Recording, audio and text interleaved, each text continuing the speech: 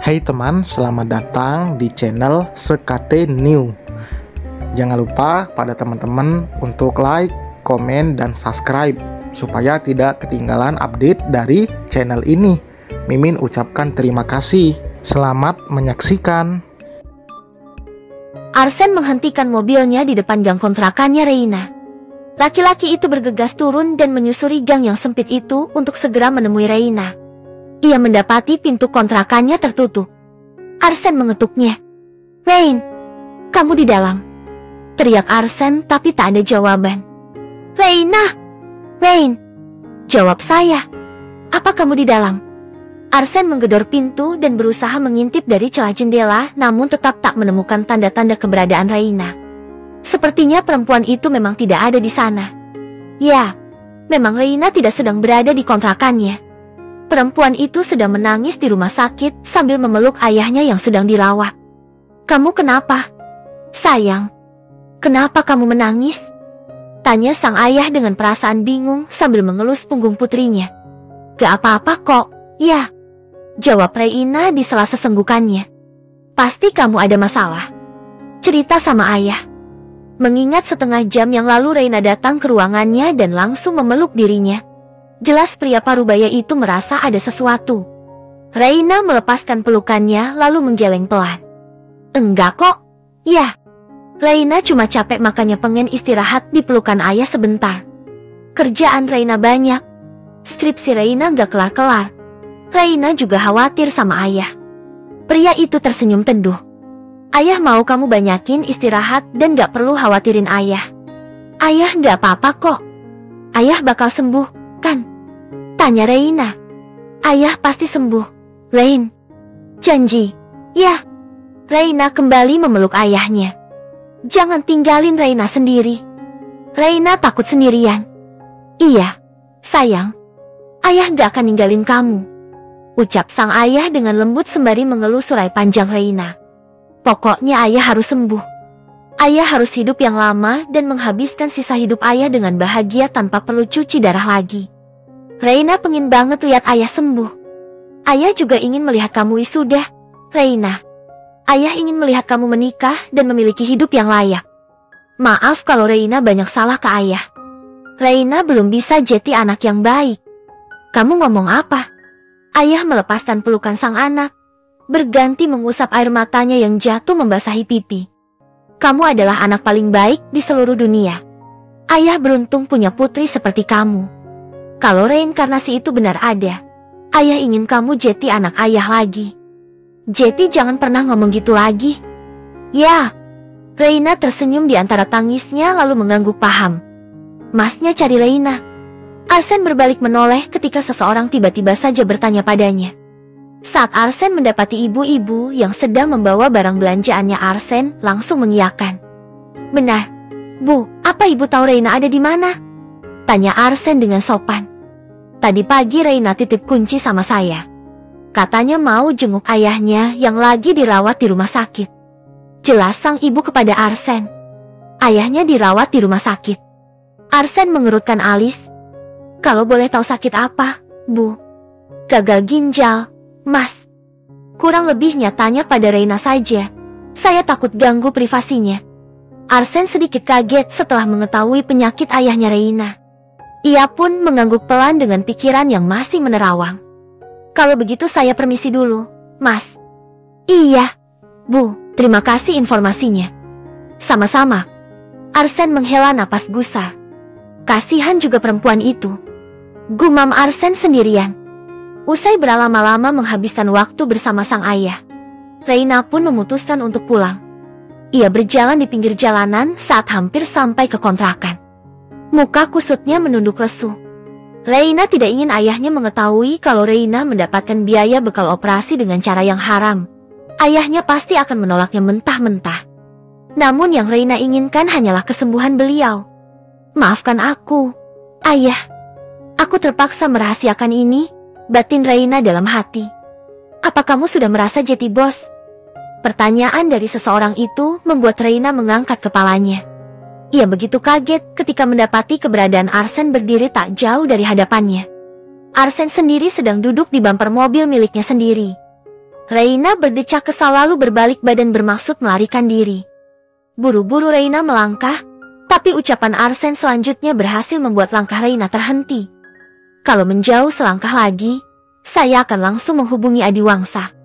Gigi Reina menggeretak ketika dirinya menahan emosi. Reina terpaksa berbalik lagi menghadap Arsen yang mulai bersiap-siap menghubungi seseorang yang ia maksudkan. Kenapa Pak Arsen bisa ada di sini? Tanya Reina dengan kesal sembari berjalan mendekati Arsen. Kenapa kamu tidak ada kabar? Balik tanya Reina. Menurut Anda kenapa saya tidak bekerja hari ini? Itu karena ulah Anda semalam. Memangnya saya kenapa? Arsen menaikkan alis sebelah seolah ia tidak mengingat apa-apa. Hal itu membuat Reina semakin kesal saja. Reina menarik napas dalam-dalam lalu mengembuskannya dengan panjang. Pak Arsen. Panggilnya dengan nada serius. Saya pikir saya tidak perlu menjadi sekretaris baru Pak Arsen. Muka Arsen langsung berubah kesal.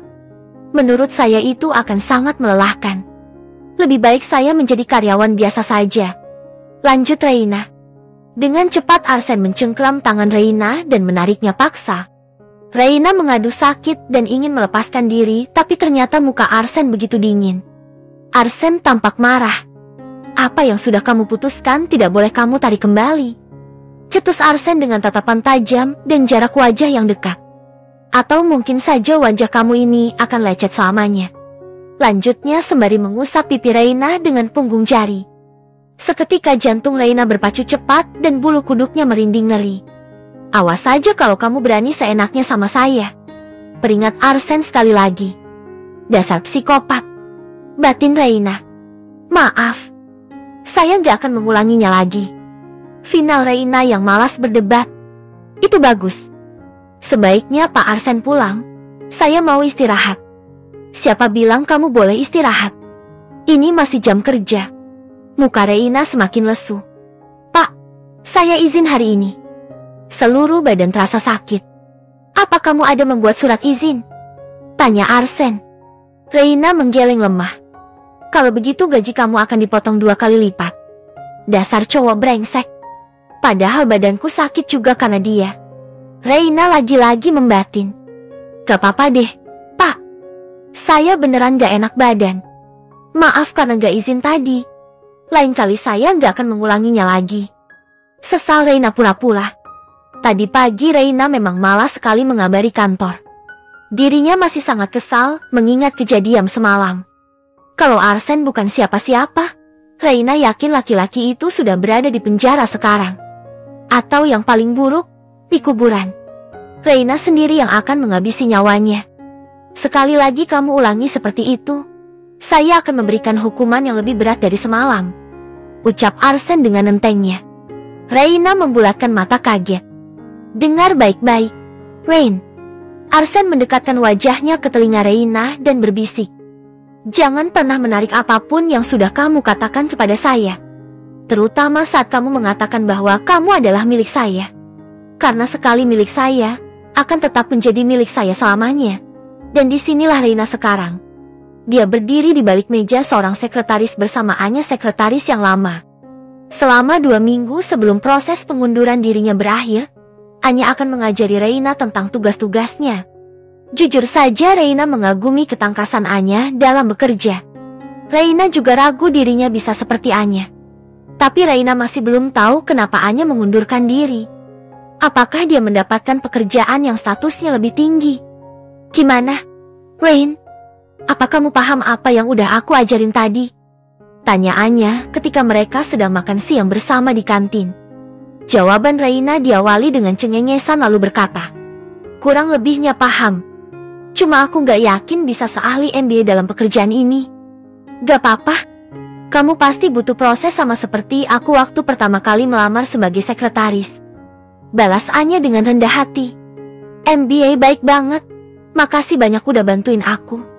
Nomor problem, Rain. Tapi, kalau boleh tahu kenapa MBA Anya ngundurin diri? Tanya Reina lagi. Kalau itu, Anya tampak pikir-pikir dahulu. Kalau aku kasih tahu, antara kamu nyesel lagi udah ngelamar jadi sekretarisnya Pak Arsen. Oke, tebakan Reina sebelumnya benar. Reina sudah menduga-duga kalau Anya menyerah dengan tingkah angkuh seorang Arsenio. Hah, Reina yang bodoh. Bisa-bisanya berniat menjadi sekretaris laki-laki brengsek itu. Malam itu, Reina memang tidak berpikir panjang. Yang Reina inginkan hanyalah agar bisa terbebas dari Arsen dengan cepat. Namun yang Reina lakukan justru menjerumuskan dirinya sendiri ke sarang ular. Gak apa-apa kok, MBA. Supaya kedepannya aku bisa tahu gimana harus menyikapi Pak Arsen. Kita kan juga harus mengenal tabiat atasan sendiri. Jelas Reina basa-basi. Padahal dalam batin sudah mengumpati Arsen. Anya menyeruput es tehnya sebelum menjelaskan. Pak Arsen itu orangnya perfeksionis. Sedikit aja kamu melakukan kesalahan, ngomelnya bisa seharian. Dan Pak Arsen tidak suka kalau urusan pribadinya diikut campuri. Dia tipe orang yang tidak suka mendapat penolakan. Apa yang dia mau, harus bisa dia dapatkan. Kalau gak bisa dia dapatkan, dia akan marah besar. Reina terdiam dalam beberapa saat. Pikirannya bercabang ke beberapa arah sambil merenungkan ucapan Anya. Kalau dia gak bisa dapetin apa yang dia mau, dia akan marah besar. Apa karena dulu Arsen gak bisa dapetin aku makanya sekarang dia bisa semarah itu sama aku? Batin Reina. Rain.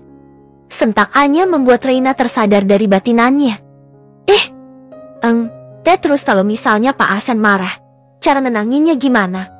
Reina berusaha menggali informasi. Karena seperti yang ketahui, Anya adalah sekretaris pertama Arsen sampai sekarang.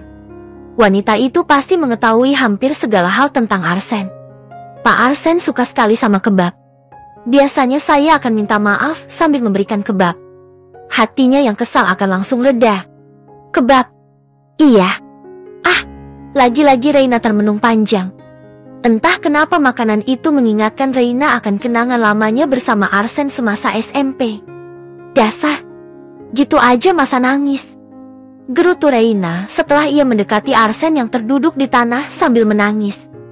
Mukanya kasihan. Reina justru berdecak kesal. Padahal penyebab Arsen menangis adalah dirinya. Dengan sengaja Reina menendang bola sehingga tepat mengenai muka Arsen. Sakit. Keluh anak culun itu. Tangannya menjulur sambil memungut kacamatanya yang patah. Makanya, gak usah deketin gue terus. Udah tahu gue gak suka sama lo. Jangankan jadi pacar lo, disukain sama lo aja gue malu.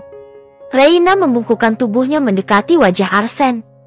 Ia mengetuk-ketuk dahi Arsen sambil berkata, lo gak selevel sama gue. Tangis Arsen semakin pecah. Apalagi tiba-tiba saja celana anak culun itu basah. Hahaha, dia ngompo. Celetuk teman Reina sambil menunjuk-nunjuk celana Arsen. Hal itu membuat seluruh murid SMP yang berada di sana tertawa kencang, termasuk Reina sendiri. Apa-apaan kalian? Reina, ke ruangan saya sekarang. Sial. Reina ketahuan sama wali kelasnya sedang merundung Arsen. Merundung? Entahlah.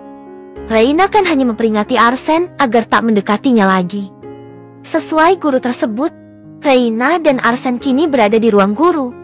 Reina berdecak kesal sementara Arsen menunduk dalam. Dia duluan yang mulai. Bu, belah Reina dengan muka memelas. Jangan membohongi ibu, Reina. Ibu jelas-jelas mendengar kamu menekan kalimat masar kepada Arsen. Itu karena ibu gak mau tahu.